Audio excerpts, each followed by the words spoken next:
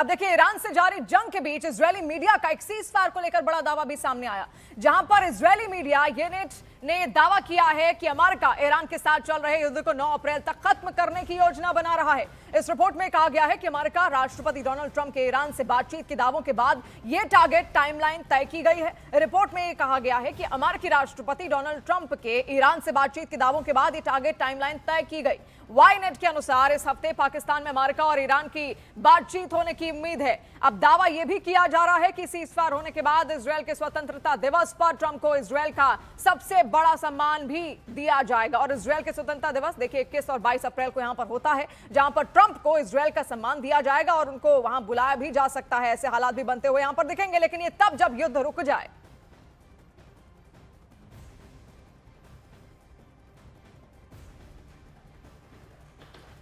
और देखिए, ईरान के इस्फहान और खुरम शहर पर मिसाइल हमला हुआ है, जहां पर इस्फहान और खुरम शहर में ऊर्जा केंद्रों पर अटैक किए गए। इजरायल पर ऊर्जा केंद्रों पर हमले का आरोप है। देखिए, सबसे ज्यादा चिंता का विषय यही है, जब ऐसी बातें निकलकर युद्ध क्षेत्र से सामने आती हैं तो ऊर्जा का संकट अपने आप पैदा हो, ऐसी आशंकाएं वो बना देती हैं। अभी हालात आप यहां पर देखिए, ये उन जगहों पर टारगेट किया गया जहां ऊर्जा केंद्र थे, जहां से बिजली सप्लाई होती थी या फिर बिजली का प्रोडक्शन होता था या फिर ऑयल का प्रोडक्शन वहां पर होता था। ऐसे क्षेत्रों पर अगर हमला ईरान और इजरायल एक दूसरे पर करेंगे तो इससे देखिए संकट, ऊर्जा का संकट पूरे विश्व में यहां पर पनप सकता है, क्योंकि ये वही देश हैं मिडिल ईस्ट के, ये वही गल्फ कंट्रीज हैं जहां से तेल भारी भरकम मात्रा में आता है। और अगर इनको नुकसान पहुंचा तो तेल का संकट, गैस का संकट, हर चीज का संकट सबके घरों तक यहां पर पहुंच जाएगा। हालांकि अभी भी कोशिश यही की जा रही है कि हालात सामान्य हो, और इसीलिए ट्रंप ने पहले ही कह दिया है कि हम 5 दिन तक तो स्ट्रेट ऑफ हॉर्मुज पर कोई हमला नहीं करेंगे। इस बीच में कोई डील यहां पर ईरान को तैयार करनी होगी, क्योंकि सबसे बड़ी शर्त इजरायल और अमेरिका की यही है कि किसी भी कीमत पर वो कोई भी परमाणु हथियार नहीं बनाएगा। और जिस तरीके से वो यूरेनियम का संवर्धन यहां पर लगातार कर रहा था, एक लिमिट से ज्यादा उसने यूरेनियम यहां पर इकट्ठा करके रखा था, वो काम भी वो अब नहीं करेगा। और देखिए, ईरान के साथ छिड़ी जंग के दौरान डोनाल्ड ट्रंप ने ऐलान कर दिया कि उनकी सेना अगले 5 दिनों तक ईरान के ऊर्जा ठिकानों पर हमला नहीं करेगी।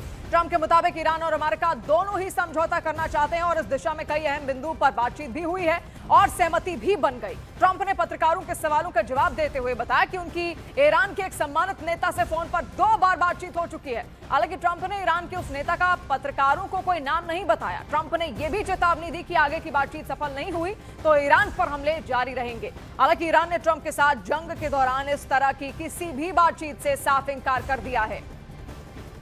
आपको याद होगा किस तरीके से ट्रंप बार बार ये कह रहे थे कि कोई चेहरा वहां बचा नहीं है जिससे बातचीत हो सके।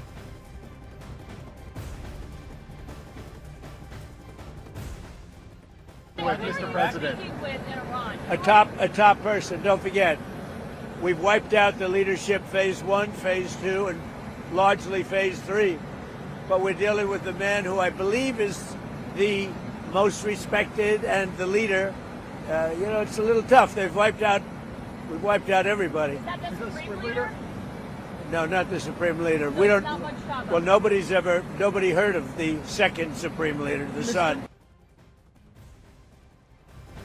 और देखिए, अब आपको ईरान अमेरिका की बातचीत के कुछ प्रमुख बिंदुओं के बारे में भी यहां पर बताते हैं कि आखिर बातचीत में किन अहम मुद्दों पर बातचीत हुई है।